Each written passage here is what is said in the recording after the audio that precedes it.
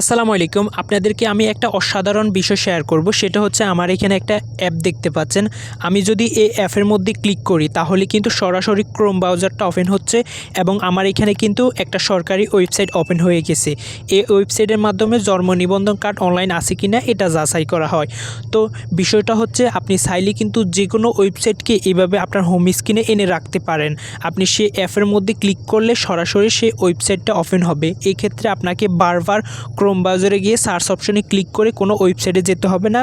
এভাবে আপনার প্রয়োজনীয় ওয়েবসাইটগুলোকে আপনার হোম স্ক্রিনে এনে রাখতে পারবেন। আমরা অনেকে আছি অনেক ওয়েবসাইট প্রতিনিয়ত ব্যবহার করি, তো বারবার আমাদের ক্রোম ব্রাউজারে যেতে হয় এবং সেখানে গিয়ে সার্চ অপশনে ক্লিক করেই কিন্তু সার্চ করে তারপরে সেই ওয়েবসাইটে যেতে হয়।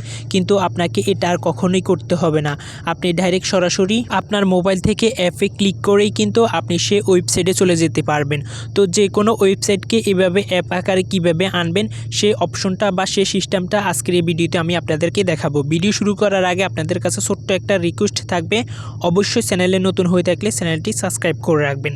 তো যে কোনো ওয়েবসাইটকে আপনার মোবাইলে হোম স্ক্রিনে আনার জন্য আপনারা কি করবেন, আপনারা ডাইরেক্ট ক্রোম ব্রাউজারে চলে যাবেন। যেহেতু ক্রোম ব্রাউজারে গিয়ে প্রথমে আমরা সেই ওয়েবসাইটে যেতে হবে, তো আমি প্রথমে এখান থেকে ক্রোম ব্রাউজারে চলে যাব। ক্রোম ব্রাউজারে যাওয়ার পরে সার্চ অপশনে ক্লিক করবেন। ক্রোম ব্রাউজার সার্চ অপশনে আপনারা ক্লিক করে আপনারা প্রতিনিয়ত যে ওয়েবসাইটটি ব্যবহার করেন সেই ওয়েবসাইটের অ্যাড্রেসটা লিখে সেই ওয়েবসাইটে চলে যাবেন। তো আমি এখান থেকে সার্চ অপশনে ক্লিক করে জন্ম নিবন্ধনের যে ওয়েবসাইটটি আছে আমি সেই ওয়েবসাইটে চলে যাব। তো এখান থেকে আমি ওয়েবসাইটের লিঙ্কটা পেস্ট করে দিব। দেওয়ার পর আমি সরাসরি সেই ওয়েবসাইটে চলে যাব। ওয়েবসাইটে আসার পর আপনি যে ওয়েবসাইটটা আপনার হোম স্ক্রিনে আনবেন সেই ওয়েবসাইটের মধ্যে চলে যাবেন। যাওয়ার পরে আপনারা উপরে দেখতে পারবেন একটা থ্রি ডট, একদম ওয়েবসাইটের উপরে দেখতে পারবেন থ্রি ডট। এই থ্রি ডটের মধ্যে ক্লিক করবেন। থ্রি ডটে ক্লিক করার পর আপনারা এখানে অনেকগুলো অপশন দেখতে পারবেন। এখান থেকে আপনারা একটু নিচের দিকে যাবেন, গেলে এখানে দেখতে পারবেন অ্যাড টু হোম স্ক্রিন নামে একটা অপশন দেখতে পারবেন। এই add to home screen just এখানে ক্লিক করবেন। এখানে ক্লিক করলে এখানে একটা নাম শো করবে। আপনি চাইলে কিন্তু এখান থেকে নামটাকে কাস্টমাইজ করতে পারবেন, আপনার মন মতো যে কোনো একটা নাম দিতে পারবেন। অর্থাৎ এটা যে অ্যাপ আকারে আপনার মোবাইলে ইনস্টল হবে আপনি সেই অ্যাপের কী নাম দিবেন। তো আমি এখান থেকে জাস্ট বার্থ অ্যান্ড ডেট এই অপশনটা দিব, বাকিগুলো ডিলিট করে দিব। তো আপনি নামটা দেওয়ার পরে নিচে দেখতে পারবেন অ্যাড অপশন।